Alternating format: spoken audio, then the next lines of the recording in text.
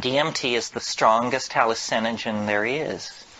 If it's possible to get more loaded than that, I don't want to know about it. And I say so when I'm there. I say, my God, if you can get more loaded than this, keep it away from me. So that's it. It's the strongest. It's also the shortest acting. DMT, when smoked, in most people, is return you to normal in under 10 minutes. Under 10 minutes. Now, this is interesting because people who think there's nothing to this, who should actually invest the 10 minutes to find out what's, a 10-minute DMT trip is worth 20 years of academic pharmacology, art history, psychology, and all this other malarkey. Because then you just say, okay, I got it. Another very interesting thing about DMT is it occurs naturally in the human brain. Well, now what's going on here?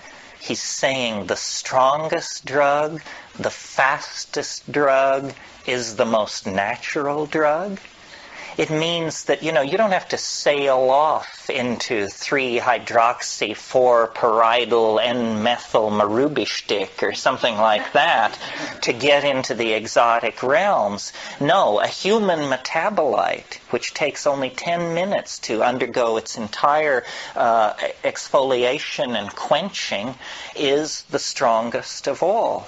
Well, then what is it? What does strong mean? What is a strong psychedelic?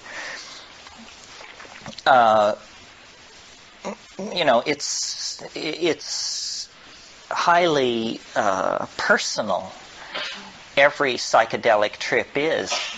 But what happens on DMT for a large number of people, we don't have any statistics, but it is a completely confounding experience. You may have had the expectation, you might think if you had never had a psychedelic experience, that it sort of begins like the Bach B minor fugue and goes from there as you rise into the realms of light and union with the deity or something like that. That's not what happens on DMT. What happens on DMT I referred to this morning.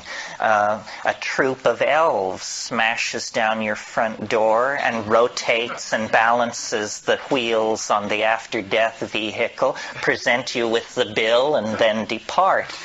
And it's completely paradigm shattering. Union with the white light you could handle. An invasion of your apartment by jeweled self-dribbling basketballs from hyperspace that are speaking in demotic Greek is not something that you anticipated and could handle. Sometimes people say, is DMT dangerous? It sounds so crazy. Is it dangerous? The answer is only if you fear death by astonishment.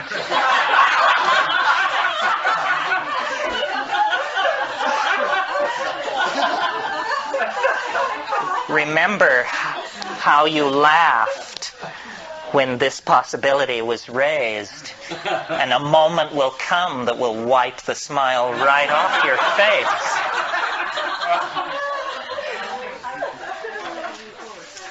And this death by astonishment thing, one thing about it, let me say a little bit more about it. One thing that endears DMT to me is, I like to say, it doesn't affect your mind. It doesn't seem to affect your mind. In other words, you don't change under the influence of DMT. You don't become a kinder, gentler person. You don't sink into, a line of drool from one corner of your mouth as you sit there twitching. You don't change. What happens is the world is completely replaced. Instantly, 100%, it's all gone. And what is put in its place, not one iota of what is put in its place was taken from this world. So it's a 100% reality channel switch. They don't even retain three-dimensional space and linear time. It's not like you go to an exotic place, Morocco or New Guinea. It's like reality is swapped out for something else. And when you try to say what it is, you realize that language has evolved in this world, and it can serve no other. It takes years of practice. So what you're looking at is literally the unspeakable. The indescribable falls into your lap. And when you try, you're loaded, right? You're there, and you're trying to explain to yourself what's happening. And so this is like you try to pour water over the transdimensional objects in front of you, the water of language, and it just beads up and flows off like water off a duck's back. You cannot say what's there. And I've spent, 25 years fiddling with this. It's become the compass of my inspiration, trying to say what is on the other side of that boundary. Just 2 large tokes away at any given time is this non-Euclidean, non-Newtonian, irrational, un-Englishable place. But it's not smooth and empty and clear. That's not what gives it its indescribability. What gives it its indescribability is its utter weirdness, its alienness, its power to astonish. What happens to me when I smoke DMT is there's a kind of a going toward it. There's a sequela of events which lead to the antechamber of the mystery.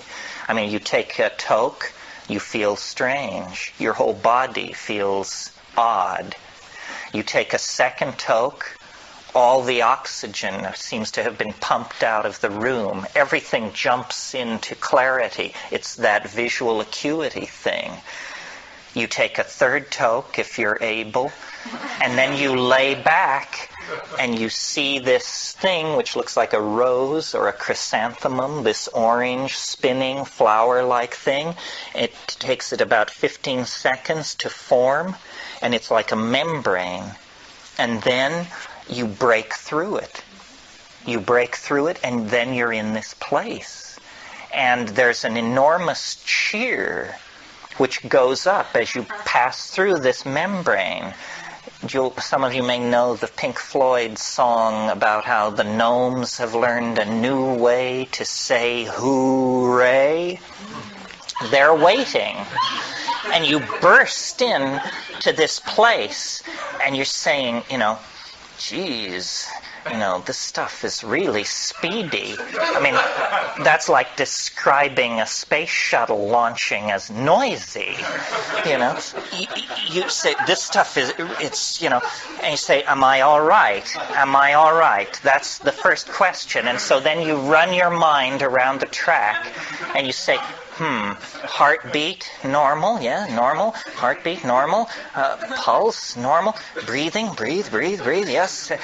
But what's right here, and from here out is this thing, which no matter how much science fiction you've done, no matter how much William Burroughs you've read, no matter how much time you've spent in the company of the weird, the bizarre, the outre, and the peculiar, you weren't ready. And it's completely real. It's in a way more real than the contents of ordinary reality, because see how the shadows here are muted, and there's a lot of transitional zones from one color to another and so forth. This isn't like that. This is crystalline, clear, solid. You can see the light reflected in the depths of these objects, and everything is very brightly colored, and everything is moving very, very rapidly. And there are entities there. It's not about calling them up or the whisperings of them. No, they're in your face. And they're right here, and they're worse than in your face, because what they do is they jump into your chest, and then they jump out. And so you're like this. And you have to keep saying, keep breathing, don't freak out, pay attention. And the entities speak to you. And they speak both in English and another way, which we'll get to in a minute. But in English, what they say is, do not give way to wonder. Hang on. Don't just go gaga with disbelief. Pay attention, pay attention. And what they're trying to do is they're trying to show you something. They are very aware of the fleeting nature of this encounter. And they say, don't just spiral off into amazement and start raving about God and all that. Forget that. Pay attention to what we're doing. And then what they're doing is they're dancing around, they're jumping around, they're emerging explicitly out of the background, bounding toward you, jumping into your chest, bounding away, and they make offerings. And they love you. That's the other thing. They say this. They say, we love you. You come so rarely. And, here you are. Welcome, welcome. And then they make these offerings. And the offerings are objects of some sort. And now remember, you are not changed. You're exactly the person you were a few minutes before. So you're not exalted or depressed. You're just trying to make sense of this. And the objects which they offer are like Fabergé eggs, or exquisitely tooled and enameled pieces of machinery, but they don't have rigid outlines. These objects are themselves somehow alive and transforming and changing. So when these creatures, I call them tykes, when these tykes offer you these objects, you grok it, you look at it, and immediately, because you are yourself, you have this realization, my God, if I could get this thing back into my world, history would never be the same. A single one of these objects is somehow, you can tell by looking at it, this would confound my world beyond hope of recovery. It cannot exist. What I'm being shown is a tiny area where miracles are being transformed. And the creatures, the tykes, are singing. They are speaking in a kind of translinguistic glossolalia. They are actually making these objects with their voices. They are singing these things into existence. And what the message is do what we're doing. You can do what we're doing. Do it. And they get quite pushy about this. They say, damn it, do it. And you're saying, but, and saying, no, do it now, do it. It's saying, I can't handle this, And then this kind of reaction goes on for a while. Well, then I don't take credit for it. It was not willed, but like something comes up from inside of you. Something comes out of you, and you discover you can do it. That you can use language to condense objects into existence in this space. It's the dream of all magic. But here it is, folks, happening in real time. And then they're just delighted. They just go mad with delight and turn somersaults and turn themselves inside out. And they all jump into your chest at once. And after many encounters of this sort, when I first did DMT, I couldn't bring anything out of it. I just said, it's the damnedest thing I've ever encountered, and I can't say anything about it, and I don't think I ever will be able to say anything about it. But by going back repeatedly and working at it, I think I've gotten a pretty coherent... Well, let's not go that far. I think I've got a pretty clear metaphor, anyway, for what's happening in there. And I think a lot of people have this experience. When you talk to shamans, they say, oh, well, yes, the helping spirits. Those are the helping spirits. They can help you cure, find lost object. You didn't know about helping spirits? I said, well, I knew, but I had no idea, that it was so literal. Say, oh, no, that's the helping spirits. But then the other thing they say, if you press a shaman, if you say, well, what exactly is a helping spirit? Say, well, a helping spirit is an ancestor. Say, you mean to tell me that those are dead people in there? Say, well, yes, ancestor, dead person. You didn't know about ancestors, apparently. This is what happens to people who die. And you say, my God, is it possible that what we're breaking into here is an ecology of souls? That these are not extraterrestrials from Zenebel Ganubi or Zeta Reticuli Beta. These are the dear departed.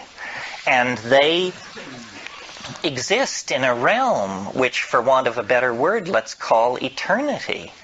And somehow this drug, or whatever it is allowing me to see across the veil. This is the lifting. You want to talk about boundary dissolution. It's one thing to get tight to your partner. It's quite another to get tight to the dear departed of centuries past. That's a serious boundary dissolution when that happens.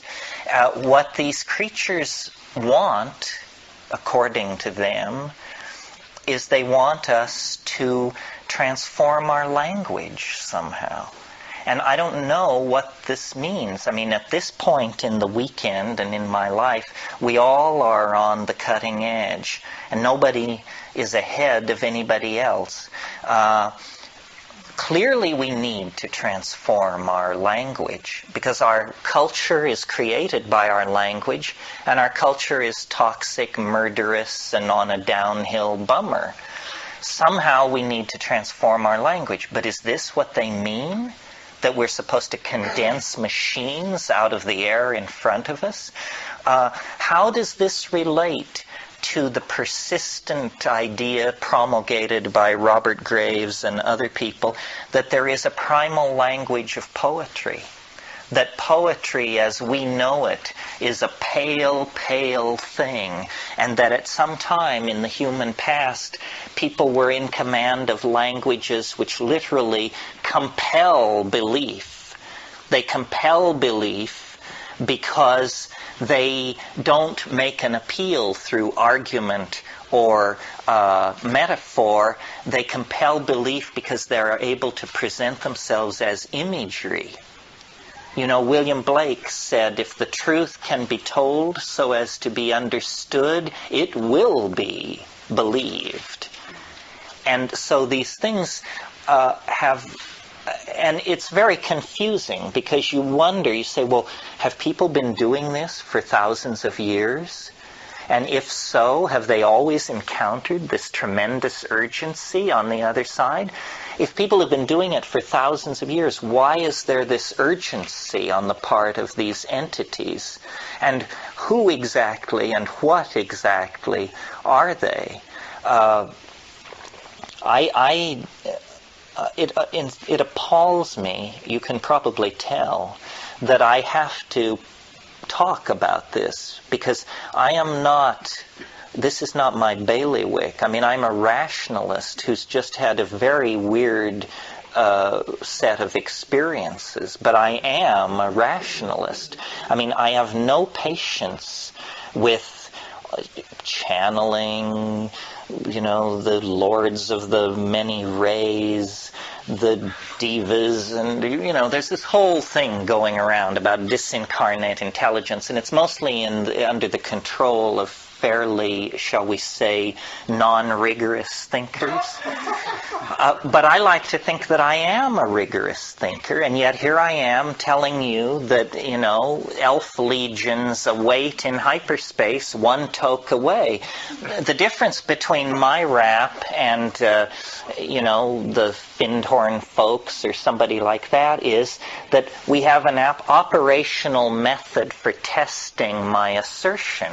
We can all smoke DMT, or you can make it your business to now find out about this and see for yourself. And not everybody agrees with me. I mean, some people say, it wasn't anything like that. But some people agree, and I think if you get 2 out of 10 agreeing with a rap like this, then you better pay attention. Yeah, somebody... It was me. You said that no amount of meditation or anything else prepares you for it. And, I've certainly smoked a fair amount of DMT, and I've maybe not 50 times, but probably approaching that, and I'm still not prepared for it. Each time it seems like, all the times before haven't prepared me for what I get into. Is there a point where you found that you are prepared? No, you're never prepared because, in fact, and I mentioned this last night, something goes on in the DMT flash that I don't think anyone can bring back. There is, at the core of the experience, something is revealed that is so appalling that nobody can bring it back into ordinary reality. And that's why it's hard to understand, because as Steve, I've done it a number of times, and every time I approach it, it scares me shitless. I cannot approach it any other way. And it's physical. My palms sweat. I can't hold the pipe. My hand shakes. I wish I hadn't gotten myself into this situation. I fear it like death itself. That's the clue, folks. I think that what happens, and I've reached this opinion by reason and rationalization, not by direct experience. I think that what happens at the center of the mandala of that experience is that you do understand that these are souls. You have some kind of experience which converts you to this view beyond a shadow of a doubt. I'm not saying you meet your dead grandmother, but it's something like that. And that experience is simultaneously so affirming and at the same time so paradigm shattering that you can't retain it. You return to this world with a story of jeweled self-transforming basketballs and Fabergé eggs and a lesson in hyper language. But there is a moment, I think, where you find out something truly, truly paradigm shattering that you can't even tell yourself. It's such an appalling revelation. And the only thing I can think of that would fill that bill is something about the nature of life and death. That you actually go under the board, you find out the thing which nobody is ever supposed to find out in this world. And I suspect it's what shamans know. That a shaman is a person who knows the unspeakable secret. And once you know it, there's no going back. You become fey, enchanted. You're touched by the other. You now are a part of fairyland. And this gives you, I don't know what it gives you, charisma, magical power, healing, the possibility to heal. But it also sets you apart from your fellows because they don't know from it. They don't know. Science can't survive in that environment for half a minute. The entire construct of Western reason disappears into that dimension like hurling an ice cube into a blast furnace. It just can't survive that encounter. If flying saucers were to land on the south lawn of the White House tomorrow, it wouldn't change the fact that DMT is the weirdest thing in the universe.